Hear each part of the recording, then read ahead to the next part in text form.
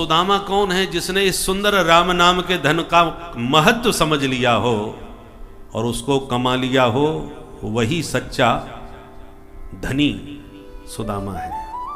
राम नाम के परम धनी है सुदामा जी महाराज। परंतु राम नाम के धन का महत्व संत समझ सकते हैं, संसारी थोड़ी समझेंगे। संसारी तो अपने खरे खरे नोट ही समझते हैं। जिसके पास नोट हैं उसमें कोई गुण ना हो तो सबसे बड़ा गुणवान वही है। सर्वे गुणा कांचनमाश्रयन्ति। स्वर्ण भूषण आपके पास हैं तो आप सबसे बड़े गुणवान हैं, और यदि वो नहीं है तो आप संसार के किसी काम के नहीं हो। पैसा बिन बाप कहे बेटा ही कपूत भयो, और पैसा बिन भाई कहे बंधु दुखदाई है। पैसा बिन नारी कहे निखट्टू के पाले पड़ी, और पैसा बिन सास कहे कहां को जमाई है। पैसा बिन यार बास, पैसा बिन भगनी पास, पैसा बिन देव नहीं करते सहाय है। कहते गरीब दास पैसा तुम राखो पास, और पैसा बिन मुर्दे ने लकड़ी नहीं पाई है। तो यह सारा संसार तो धन का है।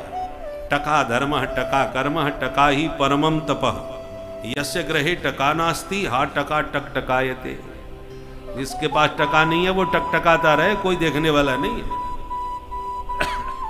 एक गरीब व्यक्ति कहता है, हे दरिद्रता देवी तुमने मुझे परम सिद्धि प्रदान कर दी। कौन सी सिद्धि मिल गई तुम्हें? बोल मैं सारी दुनिया को देखता हूं, मुझे कोई नहीं देखता। ये सिद्धि मुझे दरिद्रता देवी तुमने दी है। इसलिए भो दारिद्र नमस्तुभ्यम सिद्धोहम त्वत्प्रसादतः पश्यामि जगत सर्वम नमाम पश्यति कश्चन। तो दरिद्र को कोई नहीं देखना चाहता भाई, कौन देखता है? तो सुदामा जी संसार की दृष्टि से दरिद्र हैं, परंतु अध्यात्म की दृष्टि से, संतों की दृष्टि से तो परम धनी है, राम नाम के धनी। एक बार सुशीला ने एकांत में अपने पति से पूछा, स्वामी द्वारकानाथ भगवान कृष्ण आपके मित्र हैं क्या? सुदामा जी चौंक गए। अरे ब्राह्मणी तुझे किसने बताया? बोले पहले ये बताओ सत्य है कि नहीं बात ये? बोले देवी बात तो बिल्कुल सत्य है। बोले धन्य है महाराज, आपने आज तक नहीं बताया मुझे। एक साधु आए थे भिक्षा लेने, बातों बातों से उन्होंने मुझे बताया कि तुम्हारे स्वामी तो द्वारकानाथ कृष्ण के बहुत अच्छे मित्र हैं। अब इसी से सुदामा जी के स्वभाव का पता चलता है। कोई महान व्यक्ति आपका मित्र हो और ये बात आप किसी को कभी ना बताएं, ये क्या संभव है? असंभव। अरे मुख्यमंत्री जी से गलती से भी हाथ मिलाते फोटो खिंच जाए तो हम फेसबुक में छा जाते हैं, और चार बातें अपनी तरफ से जोड़ के बताते हैं, अरे वो तो हमारे बहुत घनिष्ठ मित्र हैं, रोज का आना जाना है। चार बातें अपनी तरफ से जोड़ के और बता देते हैं। स्वभाव है। बड़े व्यक्तित्व से हर व्यक्ति अपने को जोड़ना गौरवान्वित मानता है, कोई बुराई नहीं है। परंतु सुदामा जी के स्वभाव पर विचार कीजिए कि भगवान द्वारकानाथ जिनके घनिष्ठ मित्र हैं, और आज तक उनकी पत्नी को भी पता नहीं है। किसी को बताने की तो दूर की बात है। सुशीला ने जब सुना तब कहा, तब स्वीकार किया, हाँ बात सही है। सुशीला ने कहा यदि ये बात सत्य है तो आज हमारा निवेदन सुन लो। ननु ब्रह्मन् भगवतः सखा साक्षात् श्रियः पति, ब्रह्मण्यश्च शरण्यश्च भगवान सात्वतर्षभ। भगवान द्वारकानाथ ब्राह्मण भक्त हैं, शरणागत वत्सल हैं। इसलिए एक बार मेरी प्रार्थना पर आप उनसे मिलने चले जाइए। मुझे भरोसा है एक बार आप मिलेंगे तो हमारे जीवन भर का दारिद्र्य हमेशा के लिए दूर हो जाएगा। सुन के सुदामा जी के मन में उत्कंठा जगी। भाई बहुत दिनों से मेरा भी मन अपने सखा से मिलने का हो रहा था, पर सोच रहा था ब्राह्मणी जाने नहीं देगी, पर आज ब्राह्मणी खुद भेज रही है तो इससे बढ़िया मौका नहीं मिलेगा। अयम ही परमो लाभ उत्तम श्लोक दर्शनम। मेरे लिए सबसे बड़ा परम लाभ यही होगा कि उत्तम श्लोक श्री कृष्ण का मुझे दर्शन वर्षों के बाद हो जाएगा। अच्छा ब्राह्मणी तू कहती है तो चला जाऊंगा, पर एक बात बता, लेके क्या जाऊंगा? खाली हाथ नहीं जाया जाता, बरसों बाद मिलूंगा। सुशीला ने कहा मैं कुछ व्यवस्था बनाती हूं।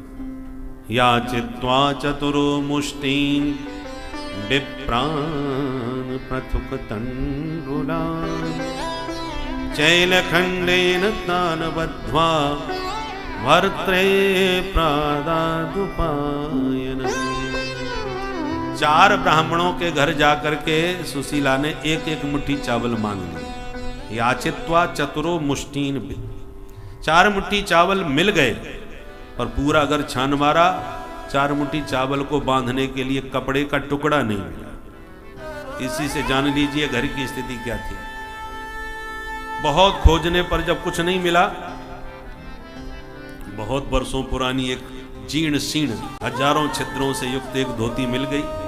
उसी को दुबरा तिबरा करके उसके छिद्रों को छुपा करके जैसे तैसे चैल खंडेन तान बद्ध्वा, उन वस्त्रों के टुकड़े जोड़ करके 4 मुट्ठी चावल की पोटली बांध दी और स्वामी जी को भेंट कर दी और कहा महाराज ये तुच्छ भेंट ही अपने सखा को देना, पर जब भेंट दो तो एक छोटा सा संदेश मेरा भी कह देना। क्या?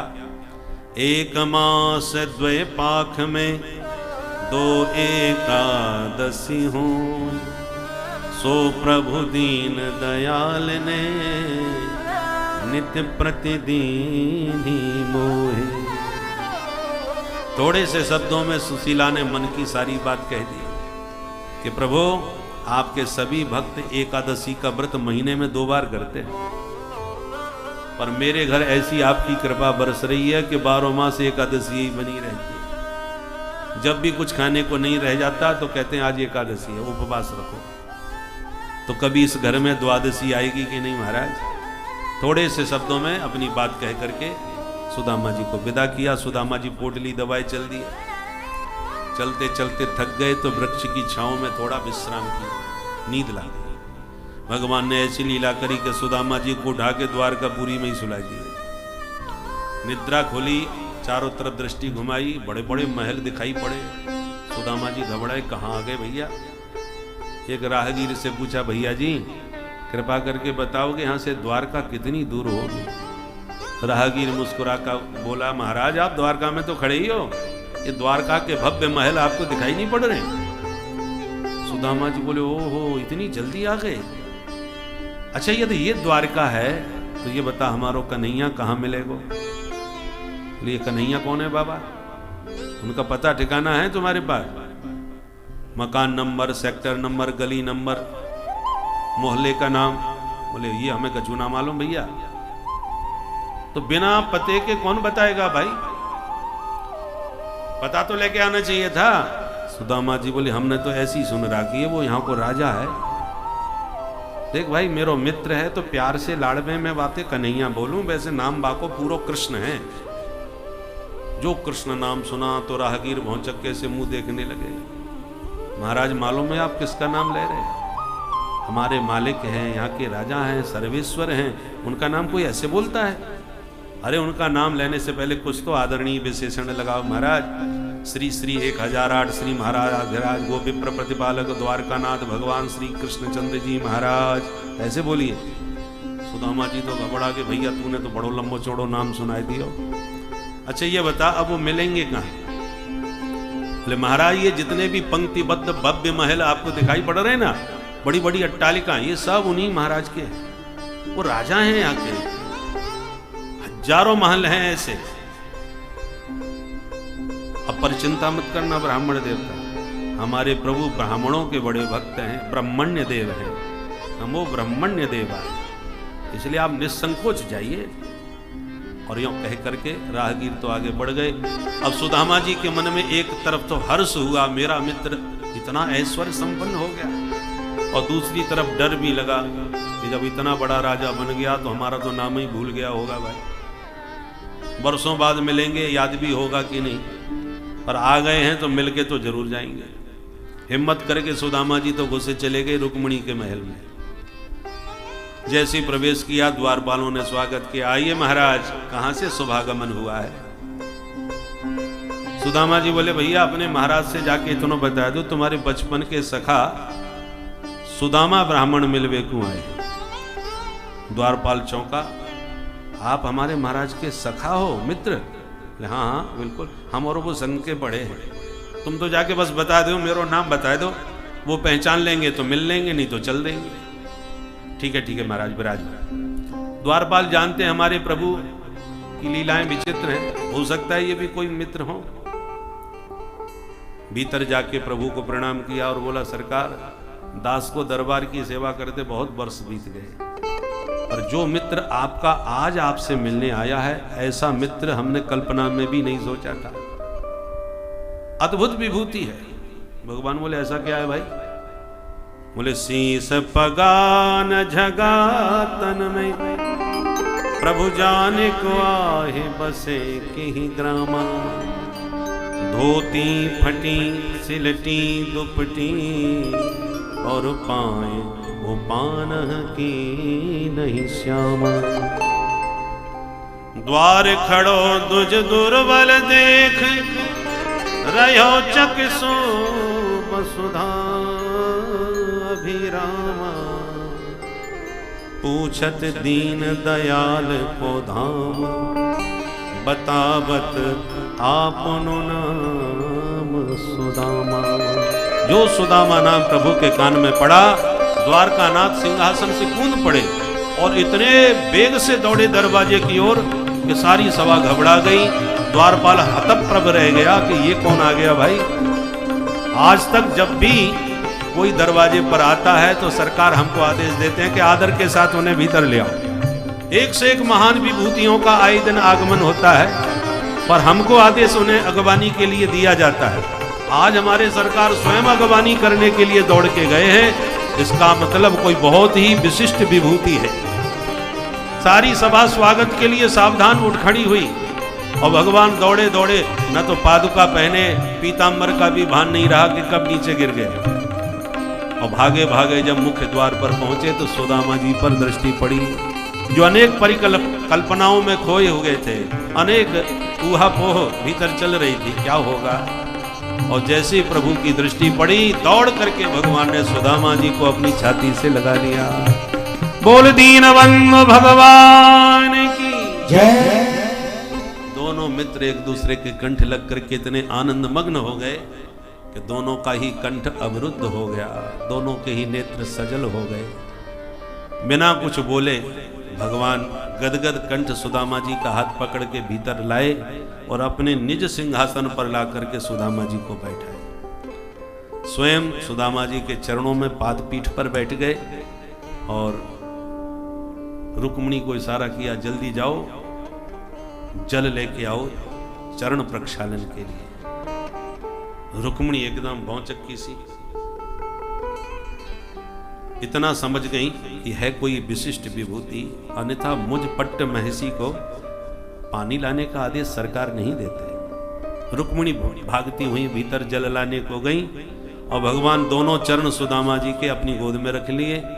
पीतांबर उठा करके धीरे धीरे चरणों में लगी धूल मिट्टी साफ करने लगे। चरणों की धूल मिट्टी साफ करके जब तलवे पर हाथ फेरा, तब पता चला अनगिनत कांटे चरणों में चुभे हुए हैं, जिनका भान ही सुदामा जी को नहीं है। पादुका पहनते ही नहीं। भगवान एक एक करके कांटा निकालने लगे। जब कांटा निकलता है तो कांटे के साथ रक्त भी निकल पड़ता है।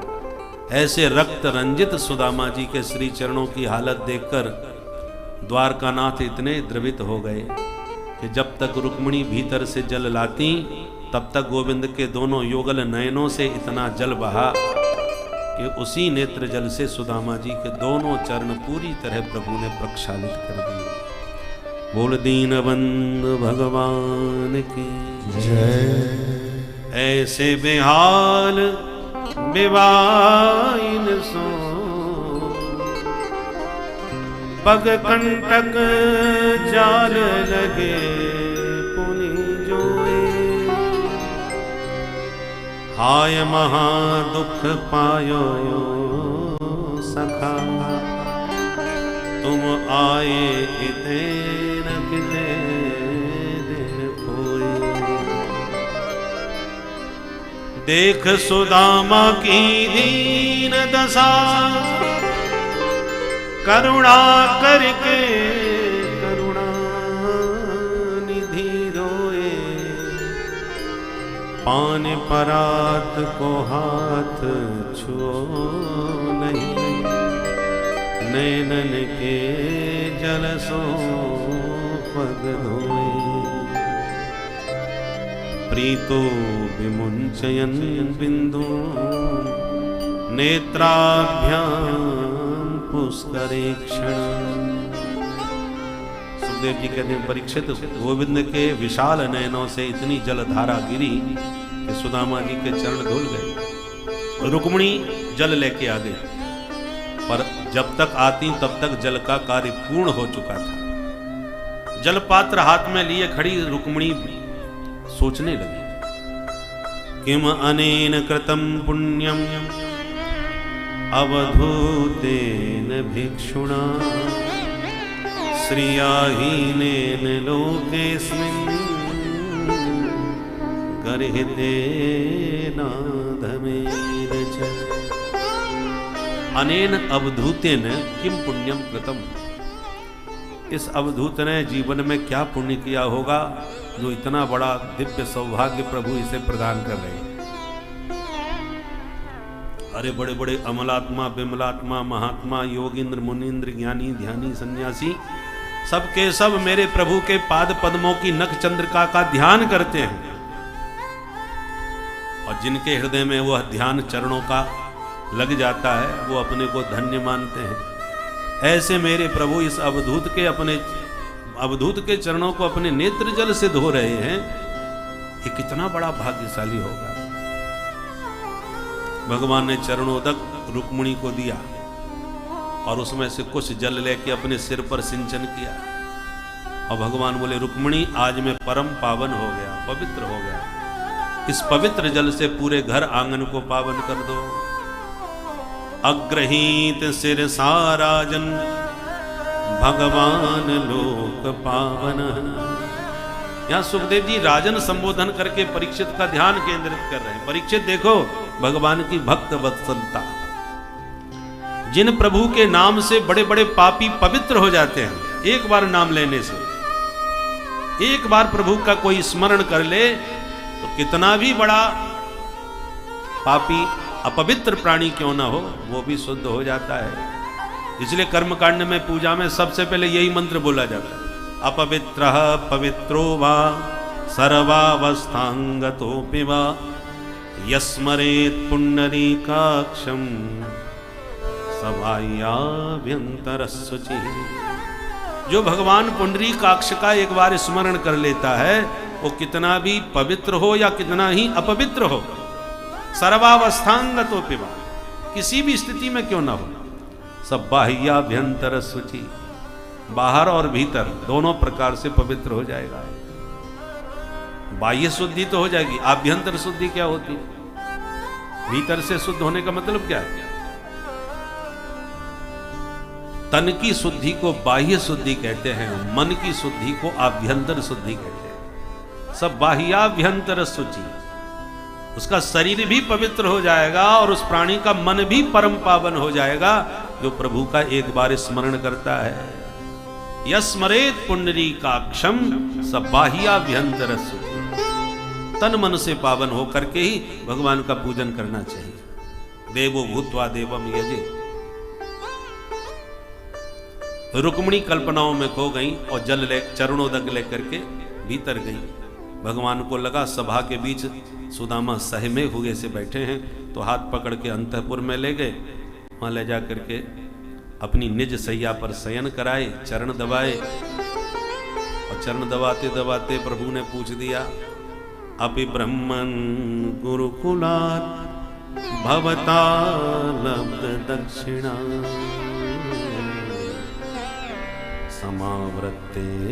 समावृत्तेन धर्मज्ञ भार्योढ़ा सद्रसीनवा। भगवान बोले मित्र बहुत वर्षों के बाद आपके दर्शन हुए, पहले मुझे ये बताओ तुमने विवाह किया कि नहीं? सुदामा जी बोले या के अतिरिक्त पूछने की और कोई बात ना मिली। विवाह की बड़ी चिंता है भाई। अब दोनों मित्र वर्षों बाद मिल रहे हैं तो इसी प्रकार की बातें होती हैं कि तुम्हारी शादी भाई के नहीं, बच्चे हैं तो कितने हैं, कौन क्या पढ़ रहा है, क्या। ये मित्रता की देखो, बचपन का मित्र बुढ़ापे में भी यदि मिल जाए तो बुढ़ापे में भी बचपना लौट आता है। वही सब बचपन के प्रसंग याद आने लगते हैं। तो भगवान ने पूछा, भारी ओढ़ा सदृशी नभा, तुम्हें तो कोई पत्नी मिली कि नहीं। सुदामा जी बोले, लाला विवाह तो है गयो, तेरी भाभी को नाम है सुशीला, ब्राह्मणी को जैसो ही नाम वैसो ही स्वभाव, जीवन की गाड़ी आनंद से चल रही है। तू बता लाला, तेरो विवाह भयो कि ना है। भगवान हाथ जोड़ के बोले, मित्र मेरी मत पूछो, घर में ही बैठे हो, सब बता देंगे। और ये बताओ पहले, तुमने चुपचाप अकेले अकेले विवाह कर कैसे लियो, मेरी याद ना आई। सुदामा जी बोले, कन्हैया भाई तो को बुलावो, इतनो हंसी खेलना है, आज बड़े भाग्य हैं जो तेरे से भेंट है गई। भगवान बोले, मित्रता में ऐसी बातें ना अच्छी लगे। अच्छा जो भयो सो भयो, ये बताओ भाभी जी से कबू मेरी चर्चा करी। सुदामा जी बोले, लाला तेरी चर्चा करने की जरूरत ना है, बड़ी भाई अपने आप ही पतो चल गयो, और सांची बोलूं कि तेरी भाभी नहीं भेजो है। भगवान बोले, अच्छा तो भाभी के भेजवेते आए हो, तब तो भाभी जी ने मेरे लिए तो कुछ न कुछ अवश्य ही भेजा होगा। अब सुदामा जी की धड़कन बढ़ी, इतना बड़ो राजा धीराज, 4 घर के टूटे फूटे चावल में कैसे दिखाऊं, बगल में पोटली और जोर से कस के छुपाई ली। बोले, कन्हैया भैया हम पे का धरो जो तेरे ताई कचू ला सका।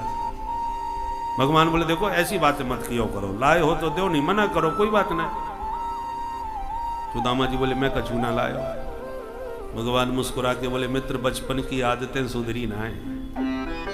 मतलब याद है एक बार गुरुकुल से हम दोनों भैया संविधा लेने गए थे जंगल में। सुदामा जी बोले, हाँ याद आ गई भैया, बादनो कितनो भयंकर पानी बरसो, पूरा जंगल पानी से भर गयो, रास्ते ही भटक गए, सारी रात वृक्ष के नीचे काटनी पड़ी। भगवान बोले, तब तो तुम्हें सब कुछ याद है। ये भी याद होगा कि रात भर सर्दी में तुम्हारे दांत कितनी जोर से कटकटा रहे थे। अब सुदामा जी समझ गए ये तो कछु और कहवे वालो है भैया। वो प्रसंग तुरंत बदल दिया, कन्हैया छोड़ इन बातन को भैया, वो विद्यार्थी जीवन के आनंद ही कछु और हुए। पूरा प्रसंग बदल गए। भगवान बोले, तो सच बताओ भाभी जी ने कछु ना भेजो। सुदामा जी बोले, घुमा फिरा के तू फिर भाभी जी पे पहुंच गए। एक बार मना कर दी तो बार बार काय को पूछे भैया।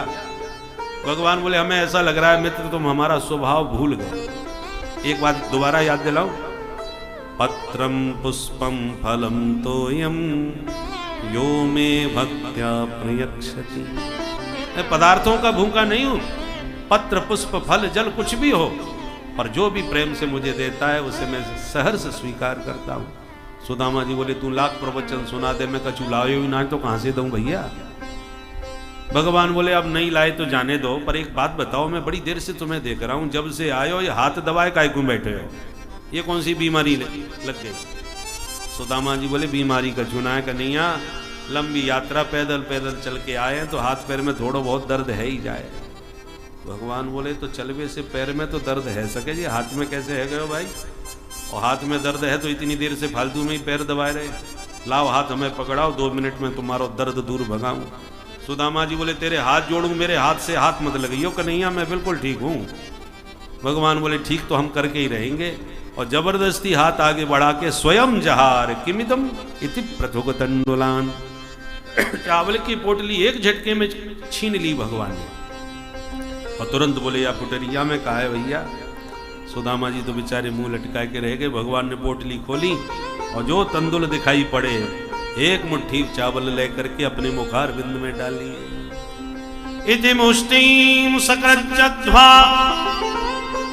द्वितीयां जगदुमाददे तावत् श्रीन जग्रहे हस्तम तत्परा परमेष्ठिनः। एक मुट्ठी चावल पा गए और दूसरी मुट्ठी चावल की जब ली तो रुक्मिणी जी ने हाथ पकड़ लिया। और मूल भागवत में एक ही मुट्ठी पाने का वर्णन है। रुक्मिणी तावत् श्री जग्रहे हस्तम, भगवती श्री ने रुक्मिणी जी ने हाथ पकड़ लिया, आंख से इशारा किया, हमारा सब कुछ दे के अब स्वयं सुदामा बनने का विचार है। मैं जान रही हूं एक मुट्ठी चावल में एक लोक की संपदा का आपने दान किया है, अपना भी परिवार बहुत बड़ा है, थोड़ा हिसाब किताब से दान पुण्य करो महाराज। अथवा हाथ पकड़ के संकेत दिया कि भावुकता में ये कच्चे चावल आप पाए जा रहे हो, पेट खराब हो जाएगा महाराज, मैं आपको सिद्ध करके पवाऊंगी। अब एक ही चावल, एक ही मुट्ठी बहुत है। अथवा हाथ पकड़ के संकेत दिया कि इतने दिव्य प्रसाद को आप अकेले अकेले पा रहे हो, परिवार बड़ा है, कम से कम प्रसाद परिवार में एक एक दाने तो सबको प्रसाद के मिलने चाहिए। भगवान बोले ठीक है देवी, ले जाओ, सबको बांटो। रुक्मिणी श्रद्धा से वो पोटली लेके भीतर गई। एकांत पा करके भगवान ने कहा मित्र, बता नहीं सकता क्या स्वाद आया, और तुम इतनी देर से छुपाए बैठे थे। यदि ये प्रसाद मेरे लिए ही भेजा था तो भाभी जी ने कुछ न कुछ संदेशा भी ही भेजा होगा। सुदामा जी को लगा यही मौका है, अकेले में चुपचाप घर की बात बता देनी चाहिए। सुशीला ने कही है तो बतानी तो पड़ेगी, चुपचाप बता दिया। एक मास द्वय पाख में तो एकादशी हो, सो प्रभु दीन दयाल ने नित्य प्रतिदीनी मोहे। संदेश सुनते ही भगवान के नेत्र सजल हो गए और नेत्र बंद करके कुछ पल के लिए प्रभु एकदम मौन हो गए। सुदामा जी जब तक कुछ समझ पाते तब तक भगवान ने क्षण भर में उत्तर पहुंचा दिया घर। होनी थी सो है गई, फिर नहीं ऐसी होए, भाभी तेरे भवन में नित्य द्वादशी हो। बोल दीन बंधु भगवान की जय। सुदामा जी को न कुछ बताया, न भनक पड़ने दी, और चमत्कार प्रभु ने दिखा दिया। सुदामा जी ने भी प्रसंग बदल दिया, कन्हैया छोड़ मेरे घर की, तू अपने घर की बता। और तब भगवान ने सबसे मिलवाया। रात भर सुदामा द्वारका में वास किए और सवेरा होते ही अपनी लकुटिया उठाए चल दिए।